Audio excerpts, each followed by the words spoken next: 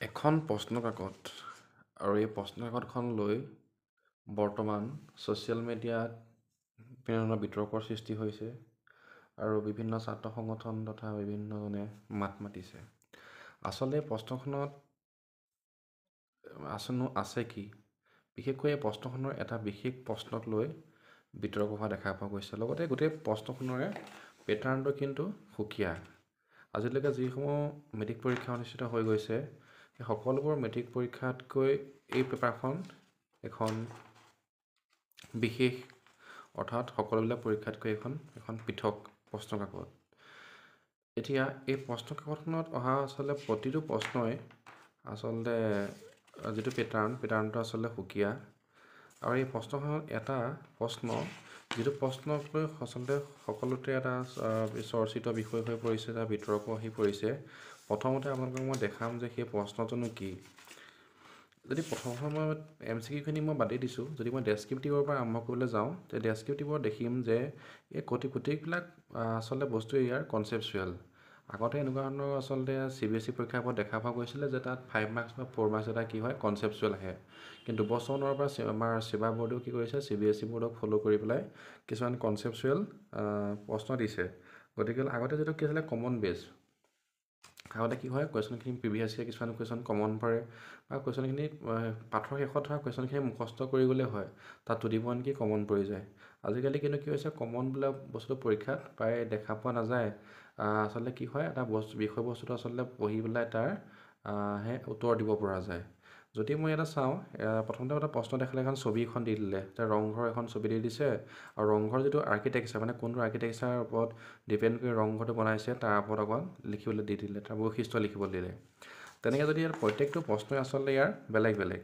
যদি মই আকৌ এইফালে চাওঁ, ইয়াতে পইণ্ট নামত এখন কি দিলে, এটা কিছুমান ডাটা দি দিছে। কিছুমান ডাটাত মানে কি দিছে, কিছুমানৰ কি দিছে, ব্ৰিটিছ চৰকাৰৰ সংগঠিত, যদি ভালকৈ দেখাওঁ মই, তাত কি দিছে, তাত দিছে, অলপ জুম কৰি লৈছোঁ, ব্ৰিটিছ চৰকাৰৰ সংগৃহীত ৰাজহৰ বিষয়ে দিয়া পৰিসংখ্যাৰ তথ্যসমূহ নিৰীক্ষণ কৰা, তাৰপিছত প্ৰশ্নকেইটাৰ উত্তৰ দিয়া।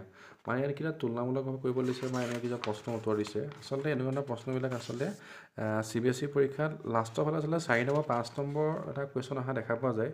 কিন্তু ইয়াৰ প্ৰায়বিলাক কুৱেশ্যনে কি হ'ল, এইবাৰ কনচেপচুৱেল দেখা পোৱা গ'ল। আচলতে সেইকাৰণে ছাত্ৰ ছাত্ৰীসকল আচলতে বিভ্ৰান্তিত পৰিলে যে তেওঁলোকে এনেকুৱা ধৰণৰ প্ৰশ্ন আগতে দেখা পোৱা নাই, বা আগৰ প্ৰিভিয়াছ ইয়াৰত যদি পালেহেঁতেন তেতিয়াও তেওঁলোকে ক'ব পাৰিলে যে এনেকুৱা প্ৰশ্ন আহিব, গতিকে তেওঁলোক সাজু হৈ যাব পাৰিলেহেঁতেন।